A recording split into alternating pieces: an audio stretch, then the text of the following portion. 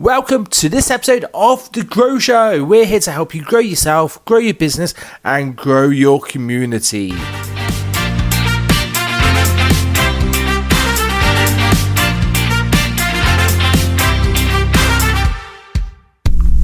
Welcome to this episode of The Grow Show. Now, The Grow Show is going to be your opportunity to hear insights, hints and tips from people who have been there and done that. And today's guest is a very, very special guy. His name is Paul Doran. He has been a trader, he's been a seller since the age of 14. He started his business in the late 90s in a £50 shared office at the age of 24. He retired at the age of 34. Now, during that 10-year crazy period, he built multiple businesses in multiple industries. Now, he lives in Cheshire. He meditates daily and published his book in 2012 and wants to promote the message, be happy no matter what. Paul, how are you doing? Thanks for being on the show. Thanks for having me on, Gary. Really appreciate it. That's cool. So, for the people who haven't heard anything about you, let's just do a quick recap. Tell people kind of where you've been and what you're doing at the moment, just in a quick snippet, and then we'll go into a few more details. Yeah, so I think you covered it quite well. I started a business in 1999. I was 24. Retired in 2007. So I had quite a crazy period of doing nothing but business. Been trading financial markets full time ever since, and at the back end of last year started to build a new business. Cool. So you say it was a crazy 10-year period. Let's just have a little talk about, first of all, just before that, you've seen in your bio you were always entrepreneurial and you started trading different things at the age of 14. Does it come easy to you, kind of trading and understanding markets? No, I don't think it comes easy to anybody really. Trading is very, very simple. Like lots of things in life, it's simple to understand, but it's extremely difficult to execute. And the reason it's difficult to execute is you're trying to master your feelings and emotions. Gotcha. Tends to be what screws people up in trading, but also business and relationships. Got you. So is it that kind of internal battle almost? I would say for most of the time that I've been trading, it has been a battle, and in life as well. So there's this constant conflict between kind of these two things you've got going on internally, which is the logical structure to your brain and then your emotional centre, and they're obviously in conflict a lot of the time, and you have like this Jekyll and Hyde effect, which is certainly true for me. Got yeah. So for the people who don't know what trading is, can you just kind of give a brief synopsis about it? You're basically trying to capture a move in a market. So Got you. You either think a market's going to go up or it's going to go down, and you're taking a position in either direction. What you then get to understand is that its risk management is far more important than guessing the direction of markets. Got you. What most amateurs are doing. Okay, so I know my limited knowledge of trading is basically what I've seen on TV, and that probably shows the most extreme cases, such as Wolf of Wall Street, which probably isn't trading. That's probably more marketing and more kind of sales and motivation and boomph, I suppose. That's probably not trading in a sense of the word, but you know, it seems to be an art that some people know about stocks and shares, but some people don't, and that's quite interesting to me in terms of how people get into that. Did you have an interest before you started, or did you fall into it? I was skipping school. I decided very early on that I didn't want to go to school. Okay. So I was smart enough to work out that the only place they wouldn't think of looking was the library. Fair enough. I went to the library, and they had a copy of the Financial Times. Okay. So I used to go to the back and be kind of, I suppose, mesmerised by all these numbers and think, well, what does this mean, and what's all this about? And being in the library, you could look it all up.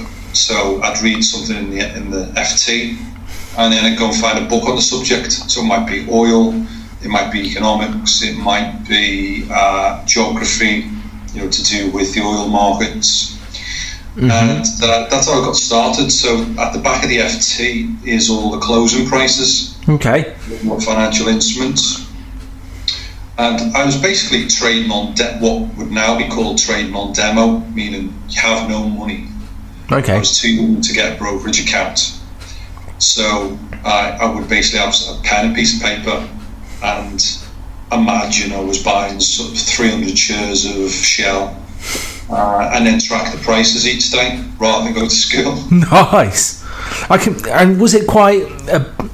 I bet that was quite fun, actually, and a lot of people can... Is there anything you can compare it to nowadays that people do roughly the same?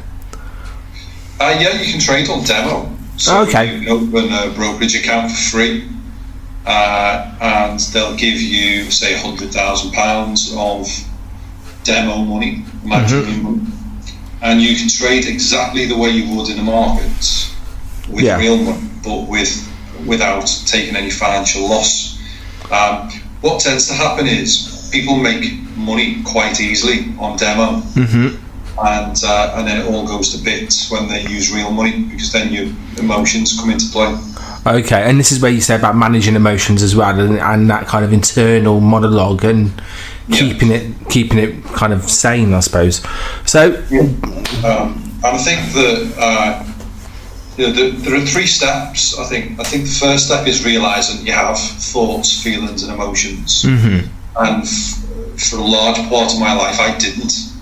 I was that sucked into the feelings, thoughts, and emotions. Yeah. There was no distance and no separation. So I was very impulsive.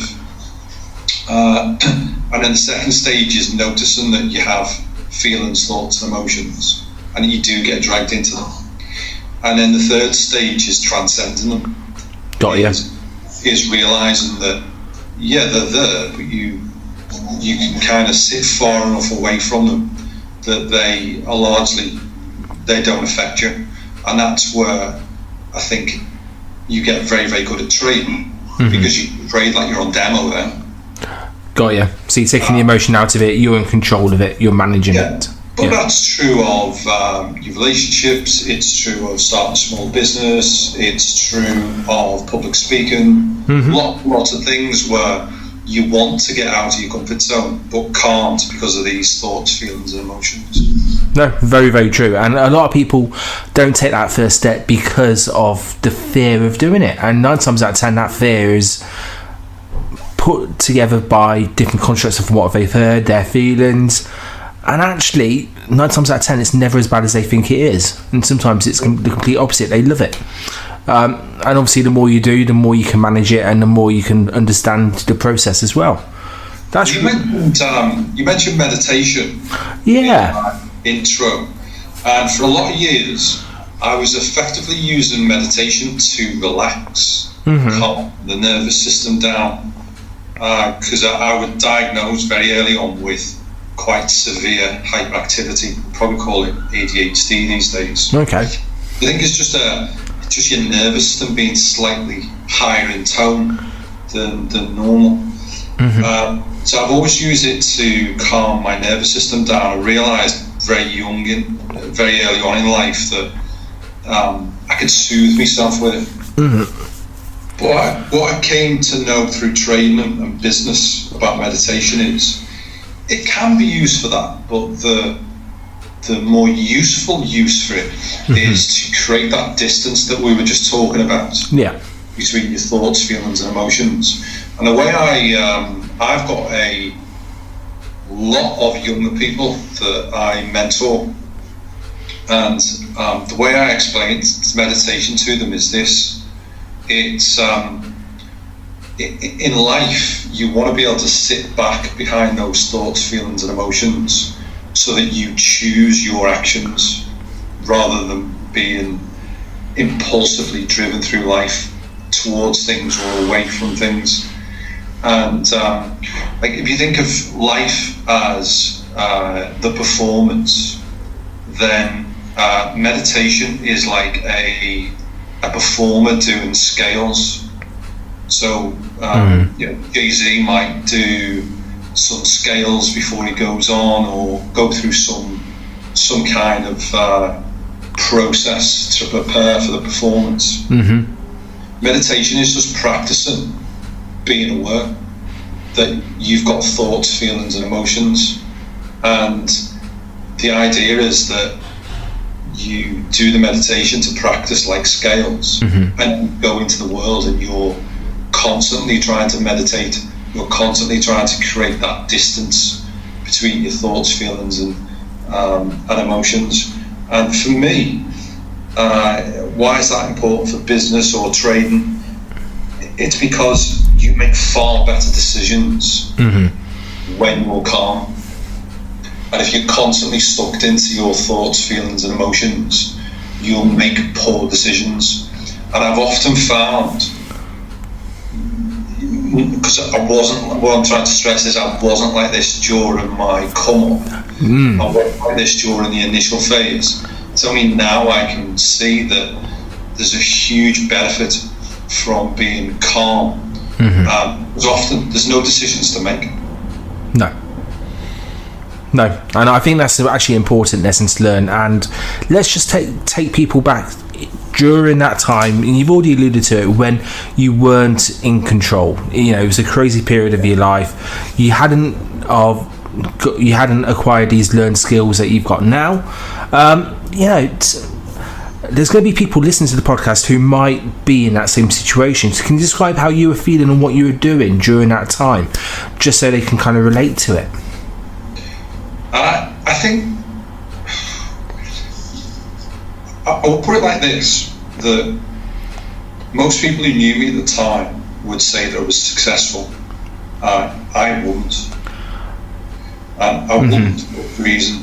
I wasn't very happy, and I was constantly fearful. Yeah. And I don't think that is a reasonable definition for success. So I would say that now I'm far more successful because I'm pretty much happy all the time. Yeah. And I don't need the money or the titles or the likes on Facebook to generate that inner peace of mind, that contentment. I can do that through the skills that I've acquired. So those 10 years, I think the true value in them was that I pursued material and outer success for just long enough to realise that it's a road to nowhere. You're constantly going to be chasing things like a wind. You drop £10 in the wind and it stops on the floor and you run towards it, and just as you're about to grab it, it blows goes off. away. Yeah. So I think that success to me is peace of mind, and I don't need all those the material wealth or the status or running a big company. I don't need those things, which isn't to say that you can't use those things as a vehicle to become happy, to practice peace of mind. You can do both. But those 10 years were largely about getting money, making money, status, growing a business, with no clear reason why I was doing those things. I just felt that that's what I was supposed to do, and that somewhere along the line, I'd be happy. And that I didn't find. Maybe other people will, but I didn't find that. And when did you know it was the right time to get out?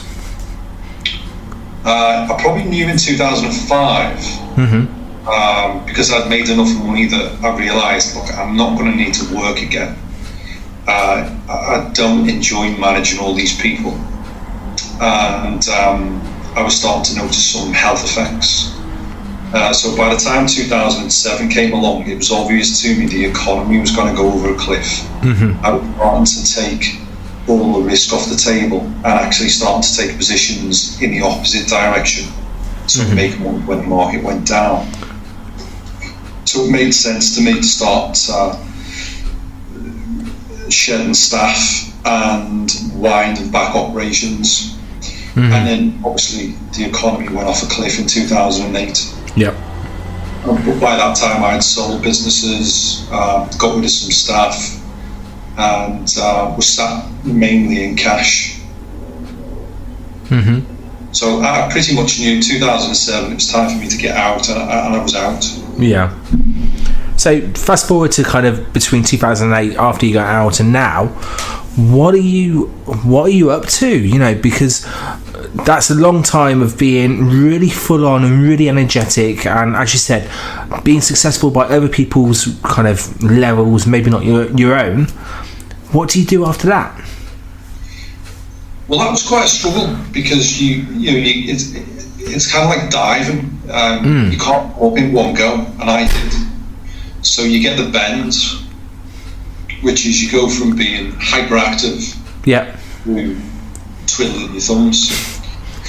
So I did struggle for quite a large number, 2-3 years. I struggled quite a lot of, well, what do I do now? I'm 34. I don't need to go and get a job. I've always been hyperactive. What am I going to do with all this time and energy? I was going to say, you need to get your energy out there somehow. Yeah, and we had some children, so that took some time and energy. Yep. But then they started school. Wife went back to work in the family business. Mm-hmm. So I was largely left to myself with a few pensioners. So I spent a lot of time reading and writing, a lot of time trading markets, and then started mentoring people, trading. I was teaching people how to trade financial markets. We went on lots of holidays. I slowly started to adapt to a slower way of life, try and work out like who was I? Who am I? That was the biggest question I ever asked myself, is who am I? Is the most meaningful question I ever asked. So that's what I spent most of my time trying to work out. Who am I? And then it all fell in place. So who is Paul? That's the big question. So what I discovered is that at the core of me is a very, very quiet place that I can dwell in anytime I want. And when I'm in that place, I'm full of joy, I'm happy, I'm content. I don't gossip about other people, I don't worry about things, and I can get there anytime I want, and that's who I am. The rest of it is just nonsense. And I create enough distance between that nonsense and me that anytime I'm sucked into that nonsense, I can recenter myself. Brilliant. And just talking to you, I can already feel myself relaxing, because your tone of voice is level, your messages are very powerful, and there's been a lot of golden nuggets all the way through this podcast. Just to kind of finish off, I just started to ask 2 questions. The first one is, if you've got any kind of big hints, tips for anybody that they can take away and implement straight away today, what would be your top one? Okay, so probably the most important thing I've ever done in my life, and that this is higher than having children, getting married, running a business, is inside every one of us we have stored bad experiences, and they don't feel good, and rather than re-experience them, we suppress them. And anytime we go anywhere near anything in life that recreates those feelings, we run away or lash out at those experiences, which means you never release them. Your life is being guided by them. So the way out of that situation is go and find those situations, and when you create that distance so that you notice the thoughts, feelings and emotions. And when you notice them, when you notice life pressing on those hot buttons that you've got, relax your shoulders and smile. That's all you need to do. Perfect. That's the edge of your comfort zone, because everything good in life lies beyond that comfort zone, and and you've got to walk through it. And the way you walk through it is walk up to it, feel it, sense it. You'll know when you're there. Relax your shoulders and smile. You're not going to die. You can walk straight through it, and then opportunities lie on the other side of that comfort zone. Absolutely ace. Perfect. Thank you very much. Now, we mentioned very briefly about your book that you released in 2012. Did you want to let people know a bit about it? Yeah, okay, so it's quite a short book, but it's my back in 2007-8, I think it was. No, it was 2012. I realised that I didn't have all the answers. So I reached out to a guy called Steve Peters, who wrote a book called The Chimp Paradox. Yeah. I went to spend the weekend with him, and it was him that kind of first made me realise that those thoughts, feelings, and emotions aren't who I am. I'm just the experiencer of them. So the book is about my experience of going to see Steve Peters and the exercises that I did with him, and I wrote stories behind the lessons. Lovely. And if people wanted to get a copy of that, is it available, or can you send it to them? Yeah, it's available on Amazon, on Kindle, and I think it's like £2, cost of a cup of coffee. Oh, perfect. Cool. So please, if you listen to this, check it out. And finally, before we kind of sign off, how can people get more information about your activities? Have you got a website? Have you got social media links? This is your chance to give them a shout out. So if you want to look on the website, it's dailytradertv.com. Cool. Find out pretty much everything you need to know about trading markets. And I've got a Twitter account. It's Paul Doran, Doran. So it's Paul Doran, IWM, and that's on Twitter. Ace. Well, thank you so much for your time, Paul, today. I know you're very, very busy, and I just appreciate the opportunity to talk to you. Everyone, please check out the website, check out his book, and check out his Twitter feed. Let's chat again at another time, but cheers, Paul, and thank you very much for the opportunity. Thanks a lot, mate. Cheers. What a show! Thank you so much for listening, and if you found any value in that, please share it with your friends and family on your favourite podcast platform, and also leave us a review. Let us know what you think by leaving a review or comment. But all I've got to say is thank you so much for listening. Thank you very much, Paul, for being today's guest, and I'll catch you next time for the next edition of The Grow Show. Gary out.